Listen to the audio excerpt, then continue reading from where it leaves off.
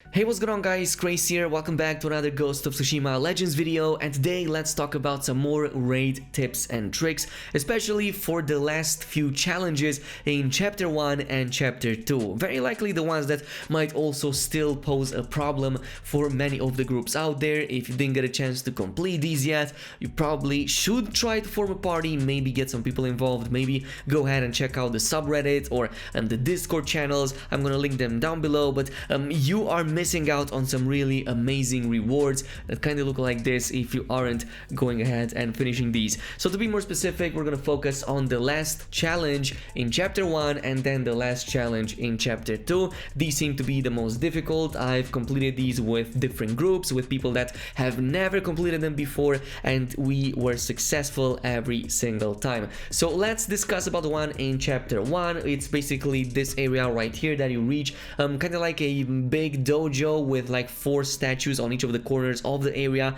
And basically what you need to know about this is that you will need to collect the blue fire ascensions from each of these statues. So basically each team party member will have to collect 1 ascension and then ascend with that character. Now here is what you need to know about this. First of all, to complete the ascension with 1 character, you must take 8 kills with that specific character. So from the point of view collecting that, go ahead and kill 8 targets.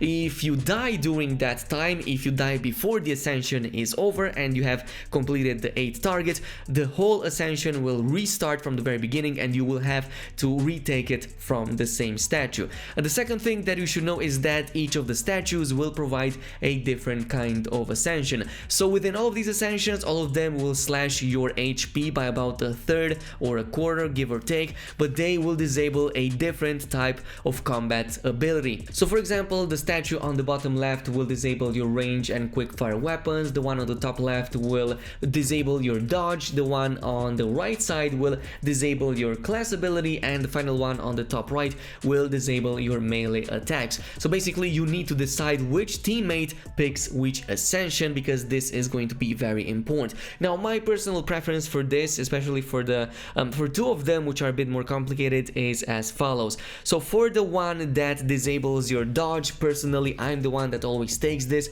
I play usually as a samurai, so this class is amazing at kind of just sustaining the damage that he or she might receive from the enemies. And on top of that, I really don't need to dodge since I do have a really nice parry window. For the top right one, which is the one that disables the melee, in this case the best course of action would be to maybe pick a Ronin with a bomb pack. If they do happen to have a bomb pack, they can easily take down enemies, and there's also recharge stations that you can use to get your bombs back. For the one on the bottom left side, which only disables your quickfire and ranged, pretty much any other teammate can grab this, like this is one of the easiest. And this also kind of goes the same with the one on the right side that disables the class ability. Usually what I suggest in this case is to maybe go with a Ronin that doesn't need to use his class ability, or maybe with an assassin that doesn't need to use his vanish right away. But again, these 2 are usually the easier of the bunch. Now other tips and tricks that I have over here is as follows. First of all, if you do happen to eventually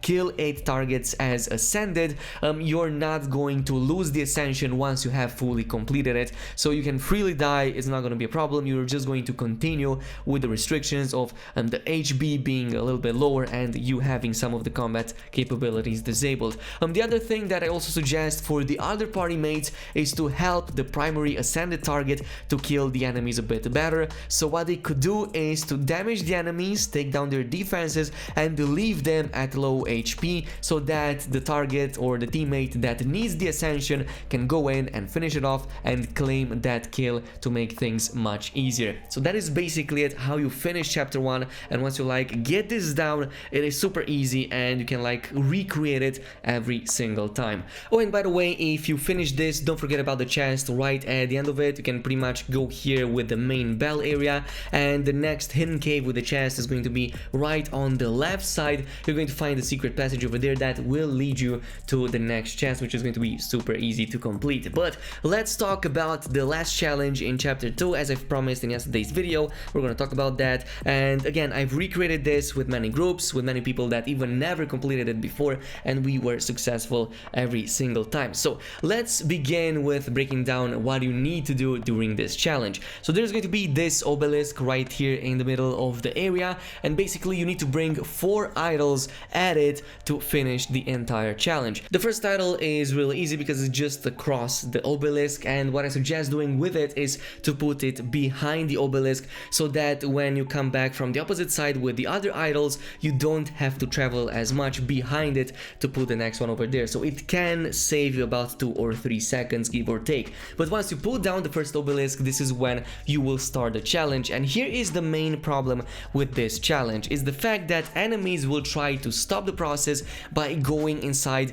these 2 pools with the hearts at the top that spawn on each side of the map, basically. So if you let the enemy over there, they're going to get kind of absorbed into it, and each enemy that gets absorbed eventually will kind of fill 1 bar in the obelisk, and once the entire obelisk is lightened up, you're going to fail the challenge and you have to restart it from the very beginning. So here is how our setup usually goes. We always split our teams into 2. The first team is going to stay at the bottom protecting the 2 wells on the main level. So one of the team members is going to be on the right side, the other one is going to be on the left side. In my opinion, the best party setup for the team 1 would be either Ronin plus Samurai or Ronin plus Ronin, so they can generate resolve while killing enemies, and if the other team members happen to die on the other side of the map, they can easily be resurrected from across the map. So one of the easiest methods to use in order to protect these wells from the enemies in the first place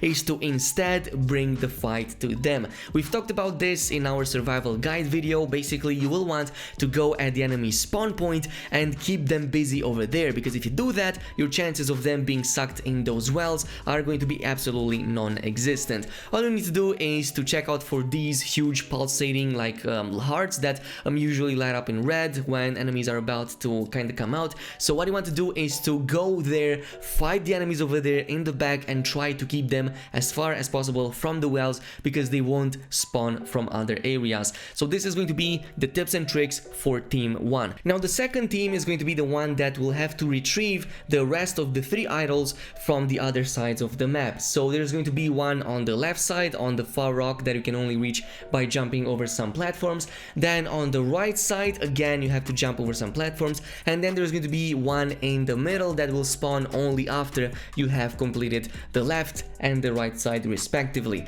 So here is how you'll want to do it. You will want to start with the left side. This will require an orange attunement, so the person who has that attunement doesn't necessarily have to be the one that comes with you. Like after you have activated those platforms, that person can just jump on that orange platform, leave it activated, let the teammates just carry over the other ones, and then jump back and protect the control point, and that is pretty much it. Now once at the top, here is where you will encounter the first idol that you can retrieve, but you will have to navigate through a graveyard, take down the gates to activate the path ahead, but also there's going to be a ton of enemies that will try to stop you. Now in this case, you have a couple of options. You can definitely go ahead and try to clear all of the enemies as you pass through the gates, as you pass through each of these areas, but in my experience that takes a very long time, and if your teammates at the bottom don't do a great job at keeping the enemies away from the well, this means that you will fail it 9 times out of 10. But in my experience, the better option here would be to provide